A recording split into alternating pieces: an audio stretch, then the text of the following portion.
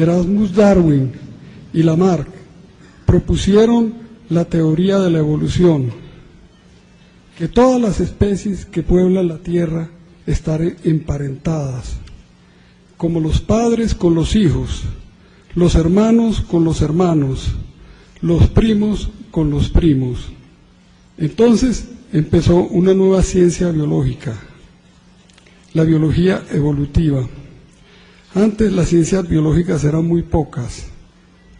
La botánica y la zoología, que venían de la antigüedad, y la biología y la paleontología y anatomía comparada de los vertebrados que creó Cuvier, y la taxonomía o ciencia de la clasificación, cuya gran figura entonces era Linneo, contemporáneo de Lamarck y de Erasmus Darwin. Linneo había establecido una serie de categorías jerárquicas en las que iba agrupando las especies. Las especies las agrupaba en géneros, los géneros en familias, las familias en órdenes, los órdenes en clases, las clases en phylums y los phylums en reinos. A las especies las denominó con dos palabras latinas, y así a la nuestra la llamó Homo sapiens, o sea, hombre sabio. Tal vez ha debido llamarla Homo mendax, o sea, hombre mentiroso. Esta especie bípeda miente y gesticula.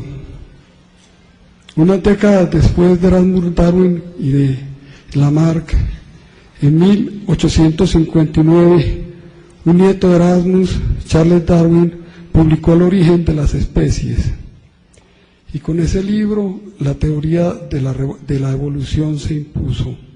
Este fue el segundo gran golpe que le daba la ciencia a la Biblia judeocristiana, que pretendía que Dios había creado el mundo en 6 días y que el hombre era una creación especial y que había puesto a su servicio a los animales.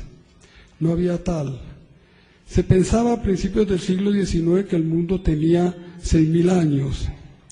La geología, que se vino a sumar a las ciencias biológicas, pese a que es una ciencia del mundo físico, empezó a fechar los estratos de la Tierra en que empezaron a aparecer fósiles de especies extinguidas, como los mamuts, que se saquen al perrito,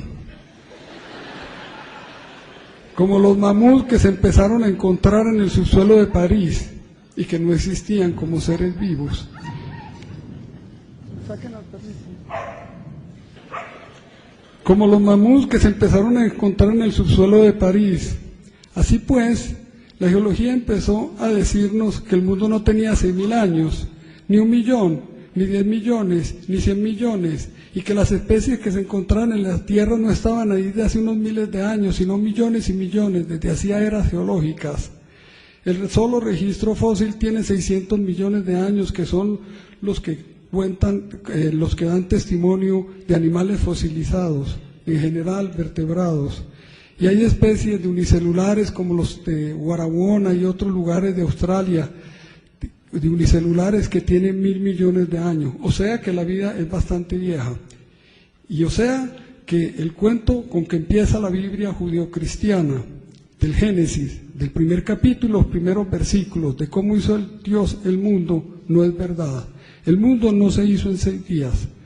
Los seres vivos no se hicieron en 6 días, se hicieron durante eras geológicas. Por lo tanto, el Génesis estaba mintiendo. Este fue el segundo gran golpe que le dio la ciencia a la Iglesia, al cristianismo, al judaísmo y también al mahometismo, que había adoptado el mismo libro del Génesis. El primer golpe se lo habían dado 300 años atrás, Copérnico y Galileo, cuando triunfó su teoría del heliocentrismo, que en el centro está el Sol y en torno a él gira la Tierra, y no al contrario de como decía la Iglesia, que la Tierra estaba quieta y el Sol giraba en torno a ella. Y era que la Iglesia tenía que defender el sexto libro de la Biblia, el de Josué, en el que hay un episodio en que Jehová, o sea Dios, o sea, el creador del mundo, detiene el sol para que su esbirro Yahvé pueda acabar de masacrar a los amorreos a los que acaba de vencer. Y mientras huyen los amorreos, Jehová, o el creador del mundo, les lanza piedras de hielo desde lo alto. A mí se me hace más fácil aceptar un cataclismo astronómico y que separe el sol o que separe la tierra, a aceptar que Dios sea semejante granuja, que sea un truán que desde arriba les echa a mansalva y sobre seguro témpanos de hielos a unos fugitivos derrotados que huyen. Aquí había un problema teológico muy grave. Entonces quedó enfrentado lo que no había podido haber sido durante la Edad Media ni el Renacimiento, la pelea de la ciencia contra la Iglesia, en concreto contra el cristianismo, que es el que ha prevalecido en Occidente. En el curso del siglo XIX se fueron sumando otras ciencias a las biológicas que ya he dicho. La microbiología de Pasteur y de Koch y de Ehrlich, o la virología, la citología de Golgi, la genética de Mendel, y así, una veintena de ciencias. A mediados del siglo XX teníamos ya la biología molecular. En 1944, Oswald Harvey determinó que el DNA, que es el constituyente de los cromosomas y que están en el centro del núcleo, era el material genético, esto es, el que codificaba las proteínas, unas 10 o 20.000 o 30.000 que tienen los seres vivos, los mamíferos en especial. Saquen ese perrito, los seres vivos, y se empezaron a secuenciar las primeras proteínas y los primeros ácidos nucleicos. Entonces vinieron a sumárseles a las otras ciencias biológicas.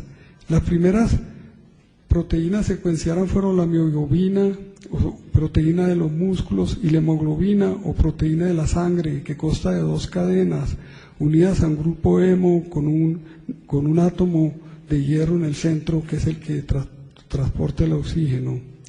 Y se empezaron a comparar las de los mamíferos con las del hombre, y se empezó a ver que eran todas parecidas, que la mayoría de los aminoácidos coincidían, de suerte que la sangre del perro y de las vacas que masacramos en los mataderos y de los cerdos que acuchillamos el 24 de diciembre en una fiesta de borrachos para celebrar el nacimiento del niño Dios eran iguales a las de nosotros. Y después se pudo secuenciar entonces el DNA, el genoma, el que codificaba esas decenas de miles de proteínas. Y entonces la comparación nos empezó a decir que el DNA del hombre coincidía con el del gorila y el orangután en el 98% y con el del chimpancé en el 99%. Estas 3 especies son los grandes simios. Mírenle la cara a ellos y mírenle la expresividad de las manos y díganle si no se parecen a nosotros.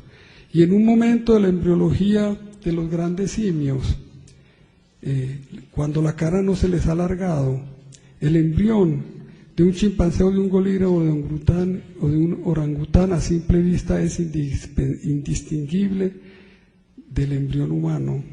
Así pues, las ciencias biológicas nos dicen algo que para el que tuviera un poquito de alma grande es una cosa clara, que los animales, los mamíferos en especial, las 4.600 especies de mamíferos que hoy pueblan la Tierra, en esencia son como nosotros, y que lo que nos separa de ellos es muy poco al lado de las coincidencias.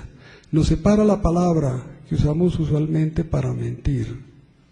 Y es que necesitábamos todas estas ciencias biológicas para ver lo que es evidente, que un perro o una vaca o un caballo tienen 2 ojos como nosotros, una nariz con 2 fosas nasales como nosotros, una boca o hocico con 2 hileras de dientes como nosotros, sangre roja con hemoglobina como nosotros, un sistema digestivo como el de nosotros y sobre todo un sistema nervioso por el que sienten el hambre, la sed, el miedo, la angustia, el terror, el pánico como nosotros, y sin embargo los estamos masacrando en los mataderos sin que nos importe un comino porque la Iglesia nos lo permite y porque esta sociedad en donde nacimos y que nos educó nos lo permiten. Los animales superiores, los de sistema nervioso complejo y muy en especial los que el hombre hace 10.000 años, cuando creó la agricultura y la ganadería, domesticó, son nuestro prójimo, son nuestros hermanos, no podemos seguir atropellándolos. Los animales que hoy pueblan la tierra están todos en peligro de extinción. Qué bueno, especie que se extingue, especie que deja de sufrir. Los que sí parece que no se van a extinguir son los que cría el ser humano y que hace reproducir para comérselos, para quitarles la lana a las ovejas, las plumas a los pavos reales, para poner los caballos a tirar carretas habiendo tanto carro y tanta moto y tanto vehículo propulsado por gasolina, como lo vemos aquí en esta ciudad y en Bogotá a estas alturas de la humanidad. ¿Cuándo? Uno solo de los 263 papas que ha tenido la Iglesia ha dicho esto, ha levantado su voz para expresar siquiera la mínima compasión por los animales, por estos que el hombre domesticó y que reproduce, y que están bajo nuestra tutela y que dependen de nosotros. Y los perros que compramos a los vendedores de animales para que jueguen nuestros niños con ellos como si fueran juguetes y cosas y después tirarlos a la calle y para que los recoja ¿quién? La Sociedad Protectora de Animales que está detrás de mí. No alcanzan, son miles y miles y miles y miles, una sociedad entera inmoral tirando perros a la calle y atropellándolos con los carros. Y en esta universidad, investigando con los animales, con los roedores, que son mamíferos, que tienen un sistema nervioso complejo. ¿Para qué? Para subir en el escalafón universitario, para que les suban los sueldos, porque están soñando con un premio Nobel de literatura, ¿o para qué?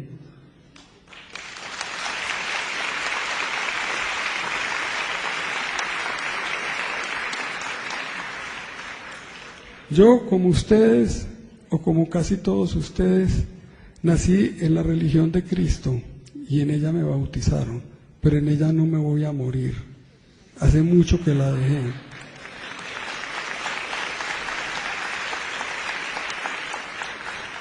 Y esa religión me puso una venda moral en los ojos que me impedía ver a los animales como mi prójimo y sentir su dolor y su sufrimiento y su desventura. Durante buena parte de mi egoísta juventud y vida, pasé por frente a los perros abandonados de la calle sin verlos, y me comía los marranos que mataban en la finca de mis padres, acuchillándolos entre borrachos para celebrar el 24 de diciembre. Y nunca pensé lo que pasaba con las vacas en los mataderos, ni que salían de los mataderos ríos de sangre, que se iban a sudar a las alcantarillas que llenamos nosotros. Nunca lo pensé, nadie me lo dijo. Me tomó buena parte de mi vida quitarme la venda. A ustedes hay esperanza que se las quiten algún día.